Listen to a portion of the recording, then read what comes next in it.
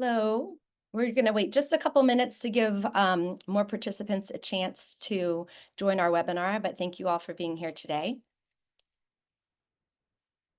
Our numbers are rising.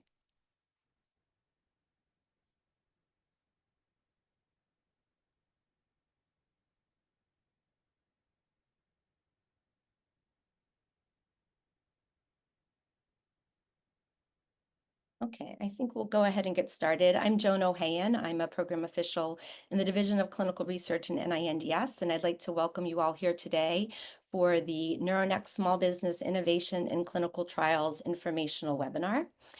We have several speakers today, and throughout the presentation, I encourage you to please submit your questions to the Q&A window. We'll have an opportunity to address after the presentations.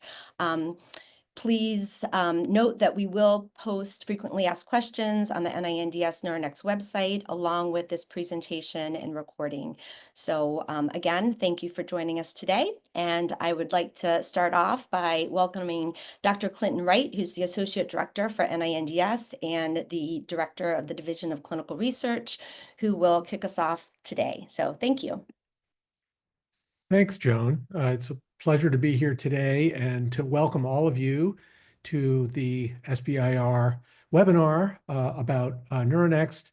We're very, very excited to present this to you and give you encouragement to submit trial ideas to the NeuroNEXT network. Just a little bit of an overview, and then I'll hand it off to Emily Caporello to talk a little bit about SBIR as a mechanism. And then we'll talk more in detail about NeuroNEXT itself. And we do have some members of our independent scientific review branch that will be able to answer questions at the end of this talk about the review criteria for this program announcement with review. NeuroNEXT was established in 2011 and has been renewed twice since that time. And the goals of NeuroNEXT are to support clinical trials and biomarker validation studies for neurological disorders other than stroke. We have a very large stroke network called StrokeNet, where we put most of our stroke trials. But NeuroNEXT really fits the bill for all other neurological disorders. And the idea behind setting up the network is to increase the efficiency and the quality of clinical trials, but also to facilitate patient recruitment and retention and enable public-private partnerships between NINDS and industry, foundations, and of course, academia. And we, of course, want to be able to facilitate the recruitment of patients that represent that particular disease in the U.S. Population. So we want the data that come out of the trials in NeuroNEXT to be, as representative and generalizable as possible. NeuroNEXT is made up of some infrastructure components that include the Clinical Coordinating Center, which is, you could see on the map, is on the East Coast. It's at MGH. And there's a data coordinating center in Iowa. There's 13 clinical sites throughout the US. And then we have some efficiencies that are supposed to speed things up, and we do everything we can to grease the wheels there with a central IRB and master clinical trial agreements between the Clinical Coordinating Center and sites, as well as a central lab and pharmacy. I wanted to mention that clinical trials and studies are funded separately from the infrastructure through these peer-reviewed funding mechanisms. So in the case of the SBIR, they're done through program announcements with review. But very, very important is that these trial opportunities are open to investigators that are not a part of the clinical trial infrastructure. We encourage folks to come in from other resources, other stakeholders, to submit trials to the network and to use the network and to come to us to run trials within the network. So really want to make sure that everyone understands that you don't have to be a member of the network to submit trial ideas.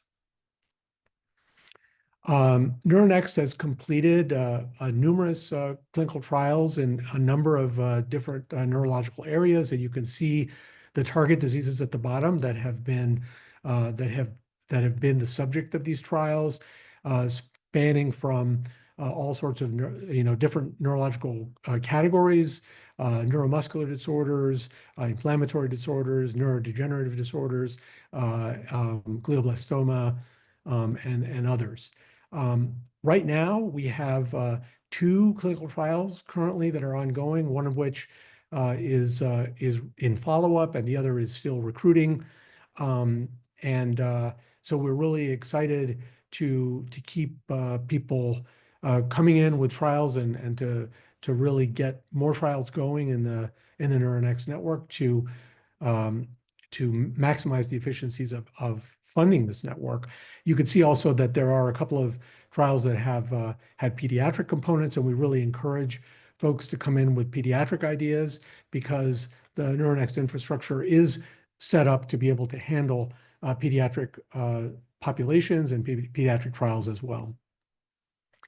So I will now hand the baton off to Emily Caporello to talk about the SBIR mechanism, and then we will move on about more details about how to bring ideas into NeuroNEXT after that. Thanks very much.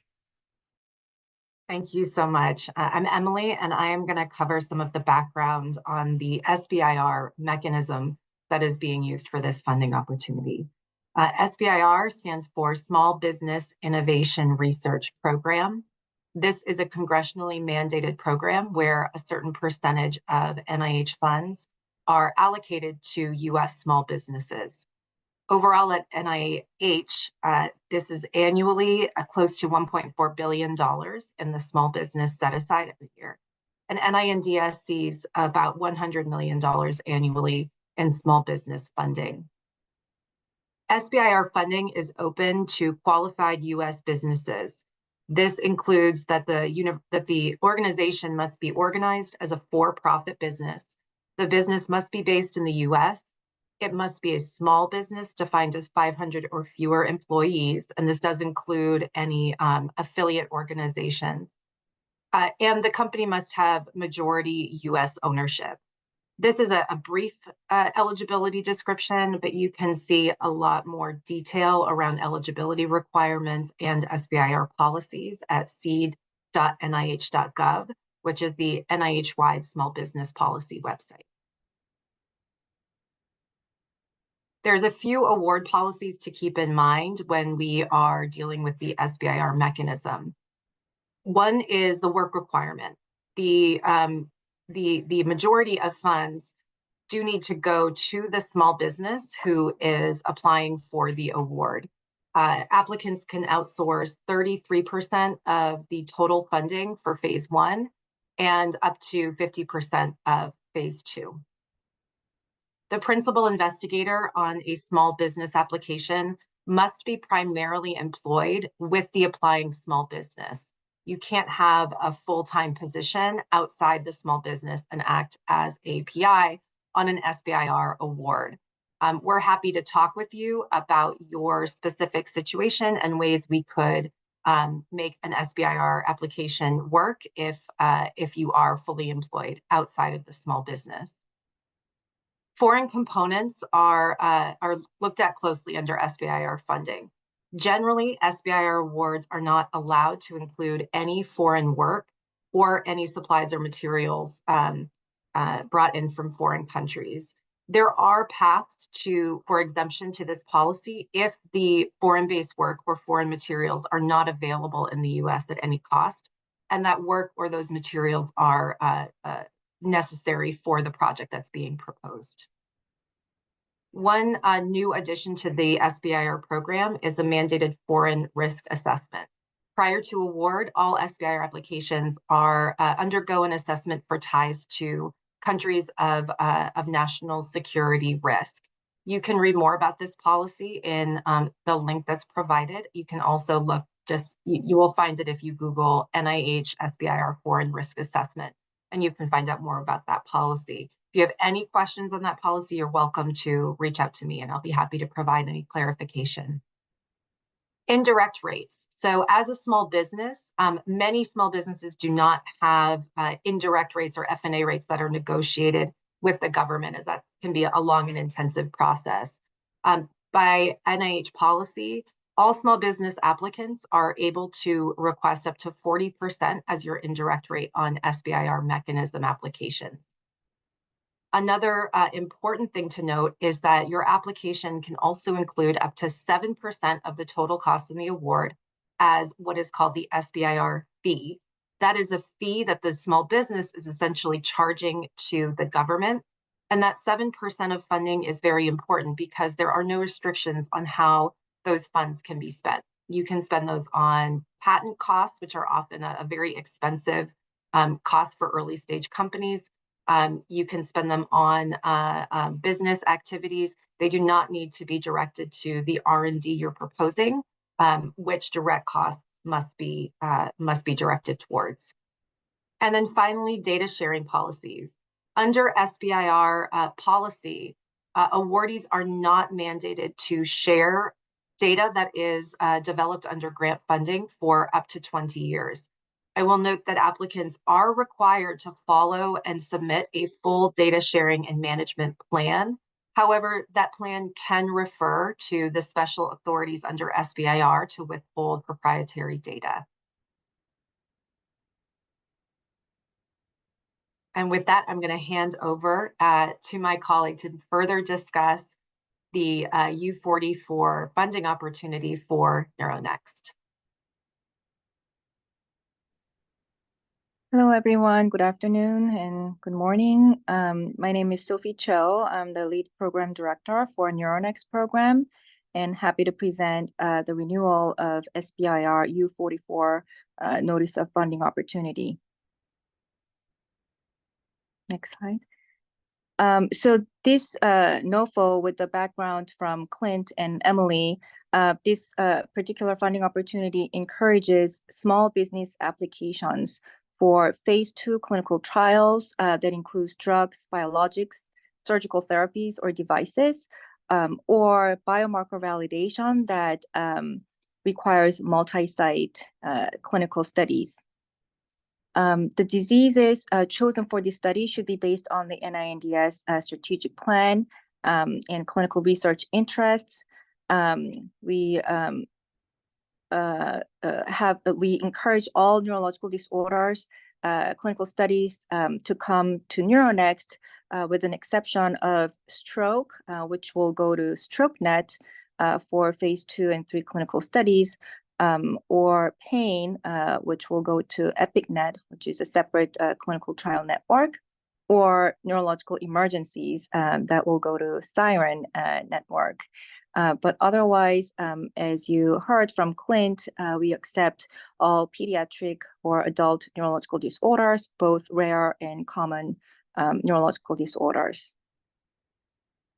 And this NOFO also encourages, go back to third-party investment and strategic partners. Next slide. So as through this NeuroNEXT U44 mechanism, successful applicants will given access to NeuroNEXT infrastructure. As you heard from Clint, we have clinical coordinating center that's currently MGH that manages overall clinical trial operations, and data coordinating center that's at University of Iowa that provides statistical and data management support in clinical sites throughout this country, which will then support the trial and on-site implementation of the clinical trial protocol. And again, applicants do not need to be part of the existing NeuroNEXT infrastructure. Next slide. So please note these important key dates. So we published this NOFO earlier this month, and the first receipt date would be January 5th. And then there'll be 3 cycles a year thereafter for 3 years. Next slide. I really want to emphasize to reach out to us as early as you can. So please reach out to me. That's my email. And we often have a joint call with SBIR program staff, Emily or other staff, to really help guide you and provide the best support for you. So the reason why we want you to contact us early in the process is that we also check with NeuroNEXT clinical sites for the feasibility to make sure that the study can be implemented if successfully funded. So please reach out to us before you submit an actual application. So just a quick note about award information. We actually made really a couple of major changes in this iteration. So we still use U44, which is the same mechanism as previous SBIR NeuroNEXT clinical trials funding opportunities. But this time, we're accepting only phase 2 or direct phase 2 or phase 2B. So we don't have the phase 1 component anymore. And we increased the budget cap to $3 million total per year. That is literally doubled up from the previous budget cap. And also we increased the duration of the phase 2 study to 5 years. Again, that's a substantial increase from a previous limit. In terms of the eligibility, you have to be U.S. small business concerns, and Emily went over the SBIR eligibility. Please refer to SBIR NINDS webpage to confirm your eligibility. For this funding opportunity, foreign organizations are not eligible to apply.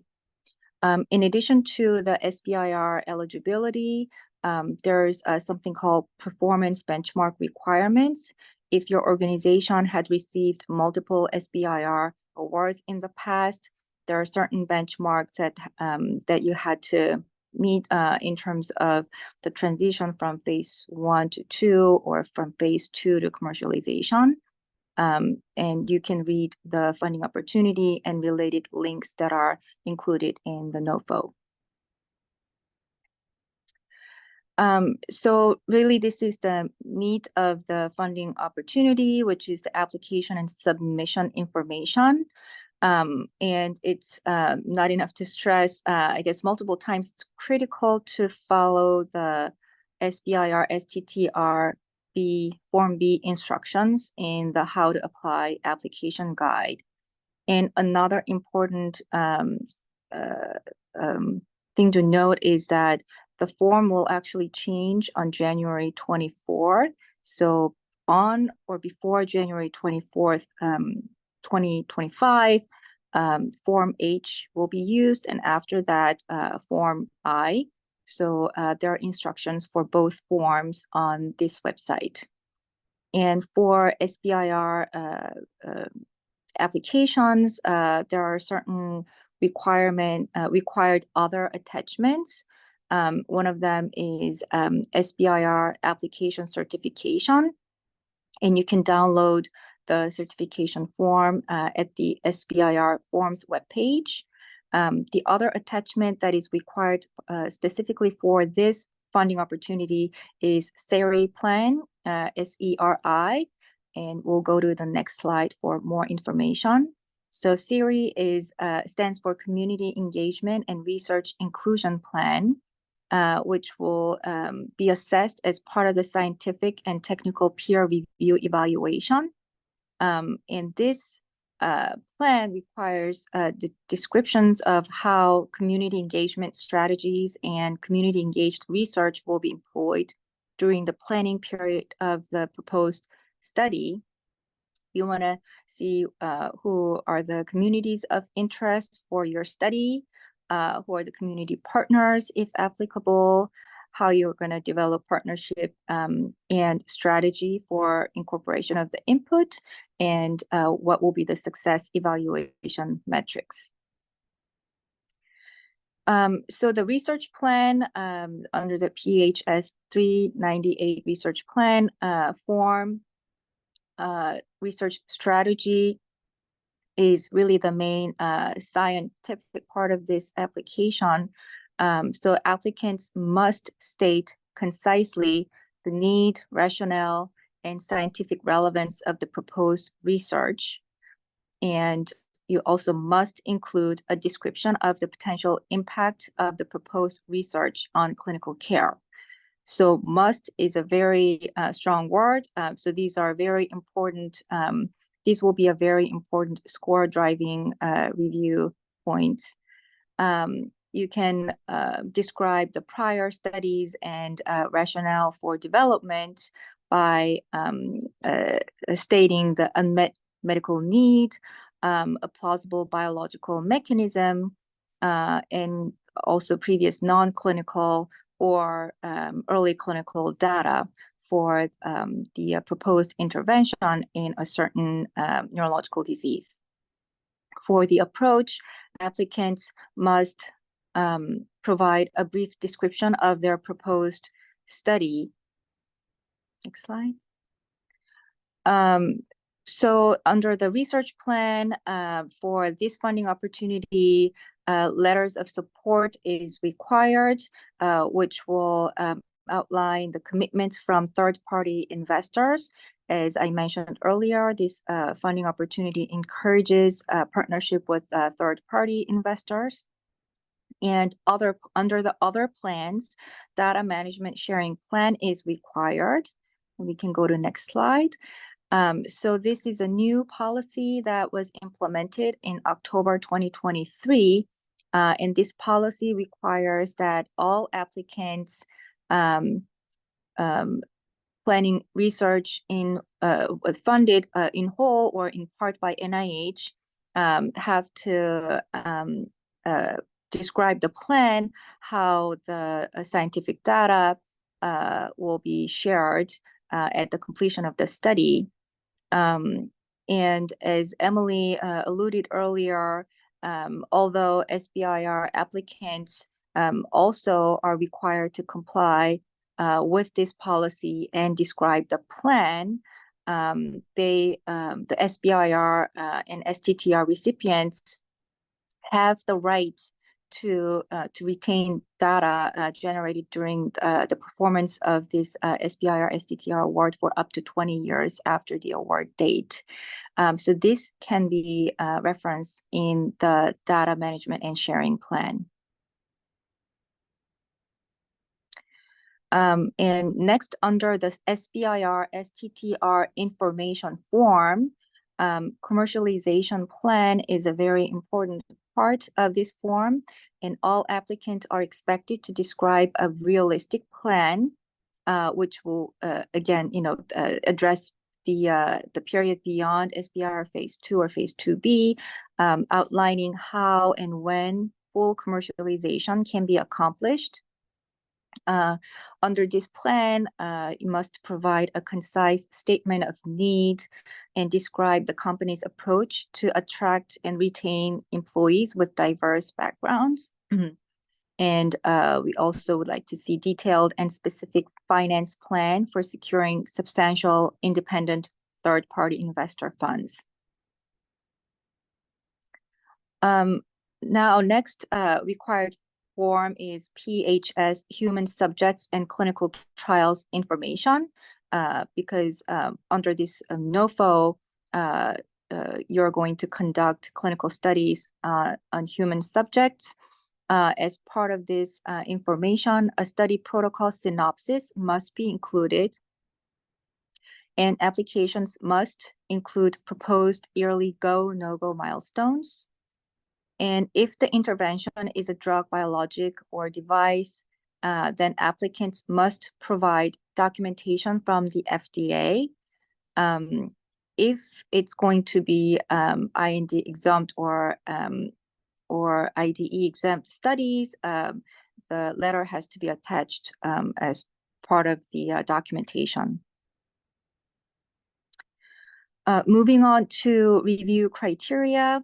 I did not list every single review criteria here, but what we discussed in the application submission information will be reviewed, and nothing else really will be considered for the review score.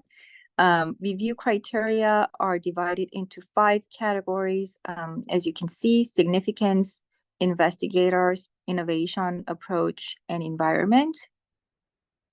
And again, only the review criteria described in Section 5 of this NOFO will be considered in the review process. And only the information that requested in earlier section will be reviewed. Reviewers will provide an overall impact score to reflect their assessment, and they'll also consider each of the review criteria in the determination of scientific merit and give a separate score for each category. For this NOFO, there are additional review criteria. And so that is, you can see here, commercialization criteria, study timeline, commercialization plan, protections for human subjects, inclusion of women, minorities, and individuals across the lifespan. Vertebrate animals is included here, but it will not really be applicable. Biohazards, and there are also separate additional review criteria for resubmission, renewal, and revision. Just a few points about appendix. So the only allowable appendix materials in the NIH guide are blank data collection forms, blank survey forms, and blank questionnaire forms, or a simple list of interview questions, or blank informed consent and or assent forms. For this particular funding opportunity, the only other thing that is allowed is non-referenced or non-published, non-standardized clinical assessments and data collection tools. Please do not include anything else under the appendix. The application may be withdrawn if you include anything else in the appendix. That is all from me, and we're happy to take any questions. Thank you, Sophie. And Alva, would you mind to stop sharing the slides, and that way we can all be seen on the screen? Thank you. And I would encourage those who wish to turn on their cameras. So thank you, Clint, Emily, and Sophie for the presentations. And I'd like to also welcome from Scientific Review Branch, Iqbal Saeed and Anna Alariu, and Shanta Rajaram. Appreciate you being here to join us today. So we have received a few questions in advance, and I would encourage, if others have questions, to please continue to submit through the Q&A box on Zoom.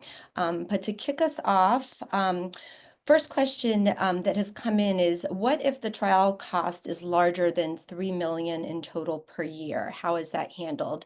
And I will direct that to Sophie. So yeah, if the trial is not going to be possible with the $3 million total dollar budget cap, there are other clinical trial funding opportunities that may be still able to support your proposals. But this particular funding opportunity is a real advantage for small business concerns. So I would encourage you guys to reach out to us, see if we can still shape your proposal that can still be considered under this funding opportunity. Thanks, Sophie. And then a question for review. Will the applications be reviewed in a study section or a special emphasis panel? So as the application would be, from the wide ranging of the disease model, so there would be a special emphasis panel to review these applications. It will not go in the established study section. So the special emphasis panel study section will be formed for this kind of review. Thanks, Saeed. And who determines if someone is eligible for small business? Emily?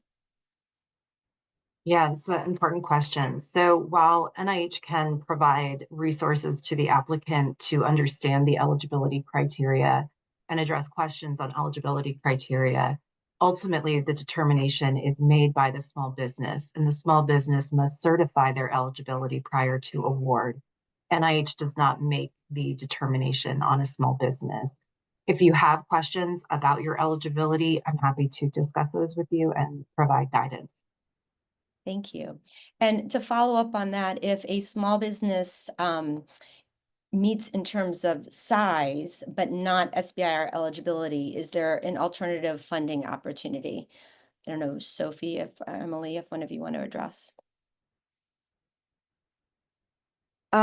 So yeah, thank you. Like I mentioned, there are other clinical trials funding opportunities that are not limited to small business concerns. So if you determine that your organization is not eligible for as small business concerns for SBIR consideration, you're welcome to explore other funding opportunities, and we'd be happy to assist you. Just briefly, NeuroNEXT, for NeuroNEXT, we have, again, regular funding opportunities that are open for academic PIs or industry PIs, including small business or not other nonprofit organizations that's currently running under the other transaction mechanism.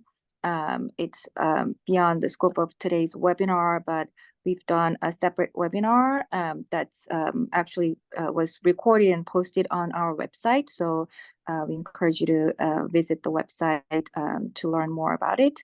And we also have NINDS exploratory clinical trials funding opportunity that is done outside of the NeuroNEXT network. Also, similarly, NINDS efficacy clinical trial funding opportunity that's outside of NeuroNEXT. Thanks, Sophie. And Sophie, for you again, is it necessary to have an academic PI for this application?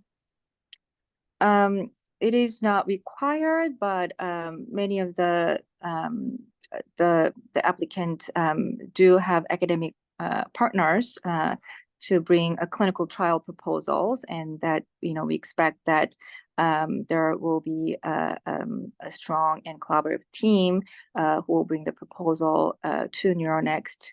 As Emily mentioned, the SBIR PI can outsource up to 50% of their phase 2 award through this funding opportunity. But majority has to, again, be given to the SBIR PI. But sorry. We encourage partnership. Thank you so much, Sophie. And I'll just add that while the SBIR PI, SBIR application PI must be primarily employed by the small business, SBIR does support MPI projects with multiple PIs, and there are no affiliation requirements for MPIs, just for the contact PI. So one thing you may consider is whether an arrangement with an academic MPI would be appropriate. And again, the NeuroNEXT team and myself would be happy to discuss how to arrange your team to be to both adhere to the SBIR policy and meet the goals of the NeuroNEXT PAR. Thank you, Emily. The only thing I would like to add to that, Joan, is that as long as the team together and the key players in the team have the expertise to carry out the work that is proposed, from a review perspective, that is the thing that will be evaluated. Other than that, I think as long as the team can manage that, it's less of a concern. Great, thank you, Shanta. So you had mentioned NeuroNEXT, Emily, so I'll direct this to you, Sophie, but does NeuroNEXT actually help with writing the grant? Okay, so the grant writing and submitting the application is the responsibility of the SBIR PI. But I mentioned briefly, though, so in the planning phase or preparation phase, we do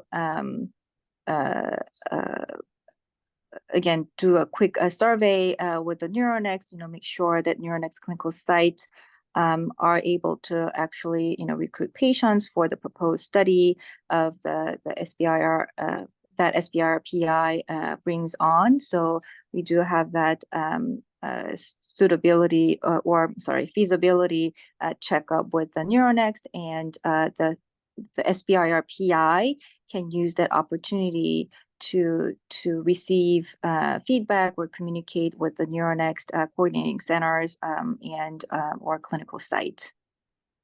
And since you mentioned sites, what if a PI requests or needs, he or she thinks he needs more than 13 sites, which are currently included in the network? So, right, that's a good question, and we receive this question all the time. So depending on the need for the trial, so if the trials need additional sites for recruitment, or if the certain sites have an established, cohort of patients, for example, in a case of rare diseases, we can add those sites as an ad hoc, so they can come in even if they are not part of NeuroNEXT infrastructure. So that can be all again worked out. Thank you. So we have a few additional review questions. One asking about the CERI plan, the community engagement and research inclusion, as this is newly incorporated into this NOFO, and asking how the CERI plan will be evaluated. So, Joan, the CERI plan would be the part of evaluation criteria for the three review criteria: the significance, the investigators, and the approach. So all three criteria will evaluate the CERI plan, the attached CERI plan to the application. So it's not the one criteria, it's all the three criteria. Thanks, Iqbal. And another question, review question about the data management and sharing plan, if this will be evaluated by the review panel. No, the DMS plan would be submitted under other attachment, as Sophie mentioned.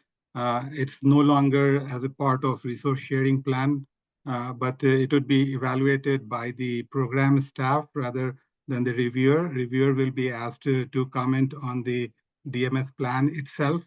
And these plans are not available for review to the reviewers. So but the justification for the cost associated with this plan would be evaluated under the budget. This will not factor in the DMS into the final overall impact score. So that's what the review would be. Thank you. And a final review question for you, Iqbal, but does the NOFO accept post-submission materials? I would say yes, we do allow for the post-submission material. The reviewer, the scientific review staff reach out to the applicant for any post-submission material before the meeting. So yes, we do. Great. And I think a final question that we've received, maybe for Emily, in terms of what overhead rate can be requested in the U44 application. Yeah, so under any SBIR mechanism, the applicant can request up to 40% as a de facto indirect rate. And I'll note this is different than other mechanisms where if the applicant does not have an established indirect rate, the de facto is 10% overhead. So there really is, if you are a small business, if you do not have an indirect rate negotiated with the government, there is an advantage to coming in through the SBIR mechanism. And one additional advantage through the SBIR mechanism is that you can request up to 7% of those total costs as a fee to your award. Great, thank you. So those are all the questions that we've received. I just want to give the panel, before we close out, just a last opportunity if there's anything else that anybody would like to comment on or mention, or have we covered everything? We're good? Okay. So one, I would like to thank our presenters and panelists for being here today. Very grateful also to the participants, and we encourage you to apply for this opportunity. And a special thanks to Alba Racinos, Marcy Pape, and Kevin Powell, who really handled all the technical aspects of this webinar, and it would not be possible without them. So we are very grateful and very excited to receive your applications. And please reach out to any one of us, especially Sophie or Emily, if you have any further questions. Thank you. Thank you all. Thank you. Thank you.